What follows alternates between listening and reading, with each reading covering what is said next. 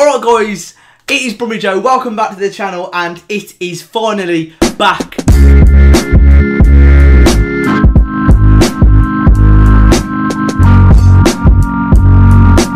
I don't know about you, but I absolutely cannot wait for this season to start. I'm so buzzing. Today we've got a preview of Blues' opener against Norwich City, and we're going to be talking to ChrisReevo from TalkNorwichCity's about what he thinks about Blues, having a little discussion around the transfer embargo as well, and also looking back at the last vlog, what happened there. Just a little bit of, a little bit of a throwback. Once again, big shout out to OneFootball for sponsoring the channel. They have everything you need for the upcoming championship season. If you haven't already, make sure you download, link in the description. Make sure you do, it is quality. Anyway, let's get into it. Norwich City home preview. Let's go.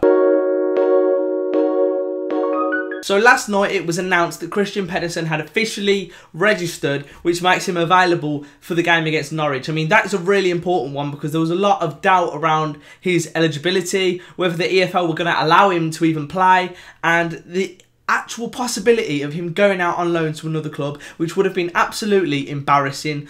We know there's been trouble at the top. The club has been run by people that don't know about the rules or just don't care for them. It's either naivety or ignorance, and it has got us into trouble, but for whatever reason, however we've done it, we've got out of it somehow. So the EFL has announced that Christian Pedersen can be registered now, and we're allowed up to 5 signings within certain limitations. Now I believe that is under a certain wage cap, and they can only be loans or frees. So before I chat to ChrisReevo, we're going to look at the last time around, which is Blues v Norwich at home. I hope you guys enjoy.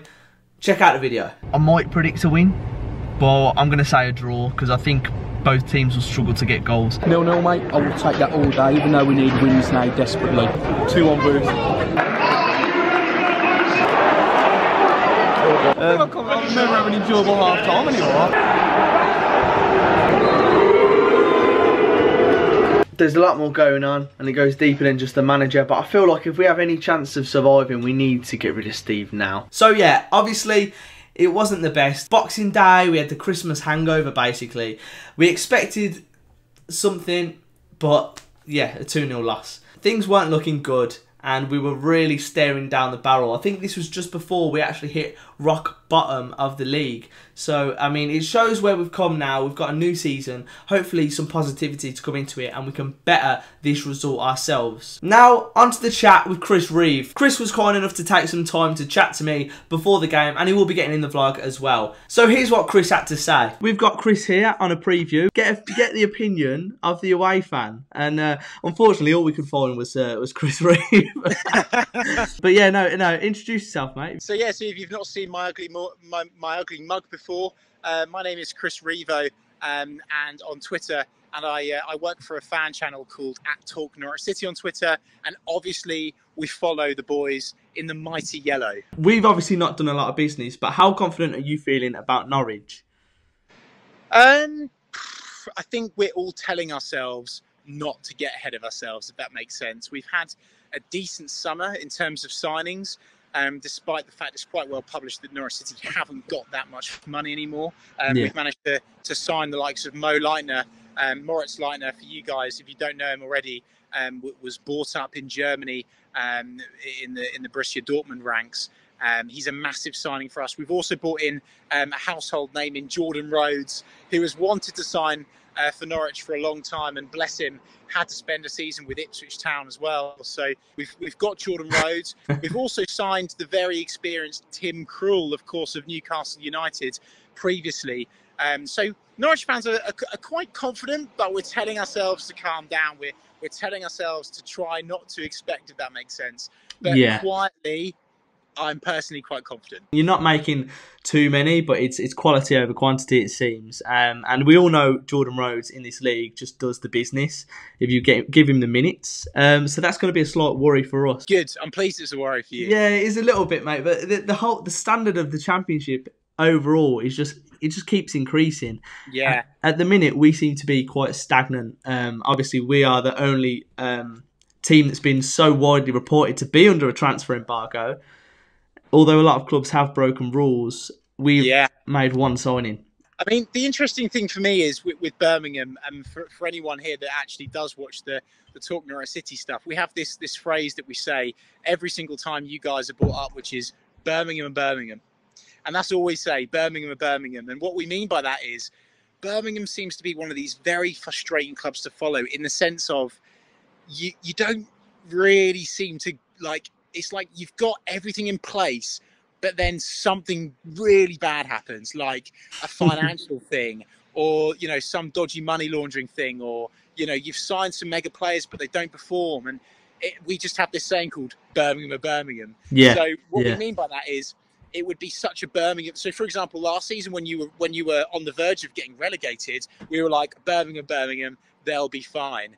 And that's just one of the things that I find fascinating about you know, you guys, and how do you follow Birmingham? Norwich City, yes, it's frustrating, but we're very much a yo-yo club. We're up and down all the time. So, you know, we've gone as low as League One. We've gone as high as, you know, finishing like 15th in the Premier League, which I know isn't that good, but still. So, you know, I would be interested to know, how do you put up with it? Honestly, mate, I think we're a bit different to that. And the thing is, it's about, you know, you say putting up with them. It's more like Birmingham never ever fail to surprise me, and I say it every single season at so many points. And I've been following them for like my whole life. I'm 23 now, and they still never fail to surprise me, whatever it is. But the thing is, I'd rather have the highs and the lows. You know, I mean, I know it seems quite a far while back now, but we've gone from winning the cup to three of the last season.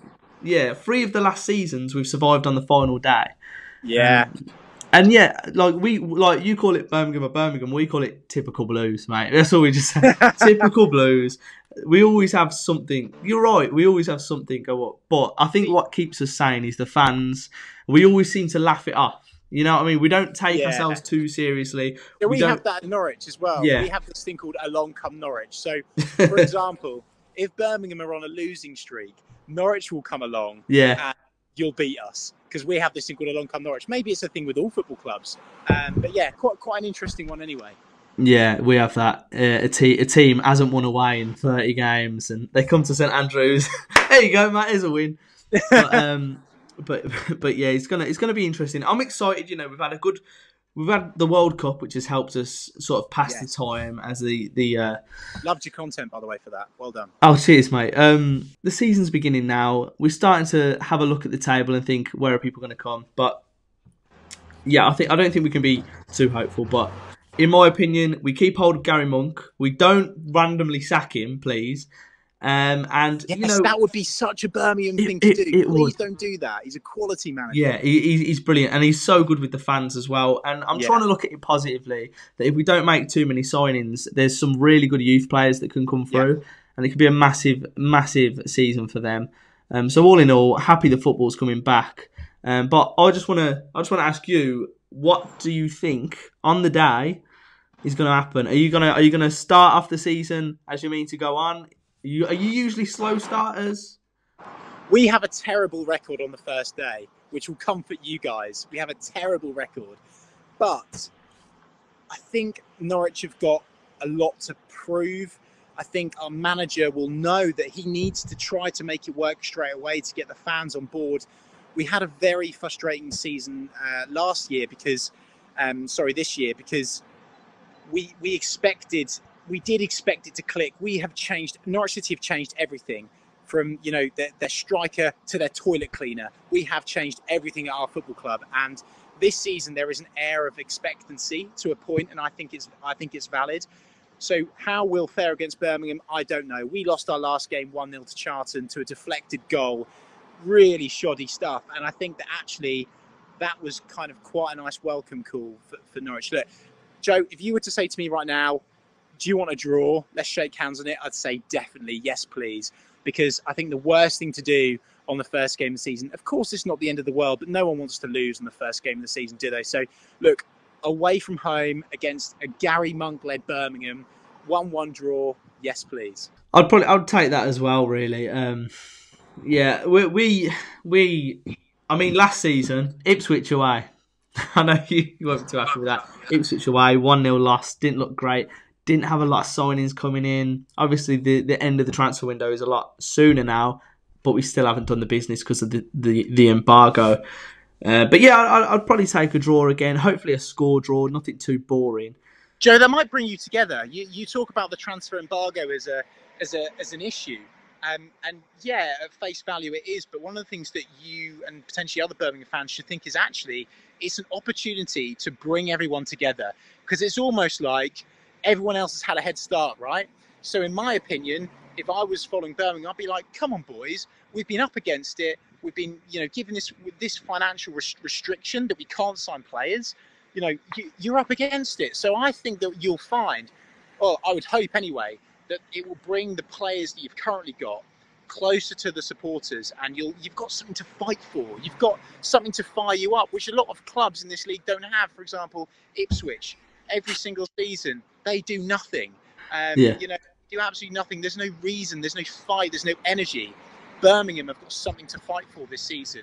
Gary Monk, very positive manager. As you say, great with the fans. I think this transfer embargo will work very much in your favour. Yeah, speaking of as well, we under Steve Cottrell we had a divided dressing room.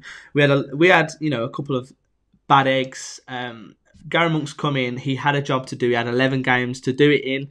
He's got rid of those, and we now have the unity that we need in the dressing room. And I think we can be okay. I think even though on paper we might not be as good a team as last season, I think having a stable manager, nothing to worry about too much. We can get mid-table or something like that. And also, a lot worse teams in this league than Birmingham, and I think for me that's maybe that's actually not good news for you guys, because maybe it'll be a bit of complacency will creep in. But in my opinion, there's a lot worse teams than Birmingham in this league. So you shouldn't be worrying. You shouldn't. Keyword shouldn't. Yeah. I mean, listen, at the end of the day, last season, at this point, we'd signed, the window hadn't ended, but start of last season, 14 players signed, Harry Redknapp, we spent all this money and we were thinking, we've got a great chance. And what happened? Final day. So we've got nothing to lose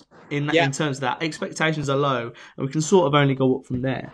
But yeah, we'll have to see what happens. I absolutely can't wait, mate. Only 2 days to go now. Yeah, I know. So excited. So looking forward to it. Yeah, mate. I'll catch you at the ground or something. Get you on the vlog if you like. Yes, you gonna let's be there? do it. Likewise. Sounds good. I've been before. I look forward to it myself.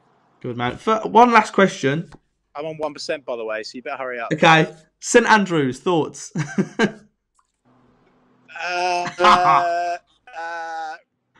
think it's okay. It's okay. It's classic. I just think it's okay. It's Birmingham of Birmingham. All right, mate. Nice one. I'll catch you later. Best of luck. So that is it. The Norwich preview done.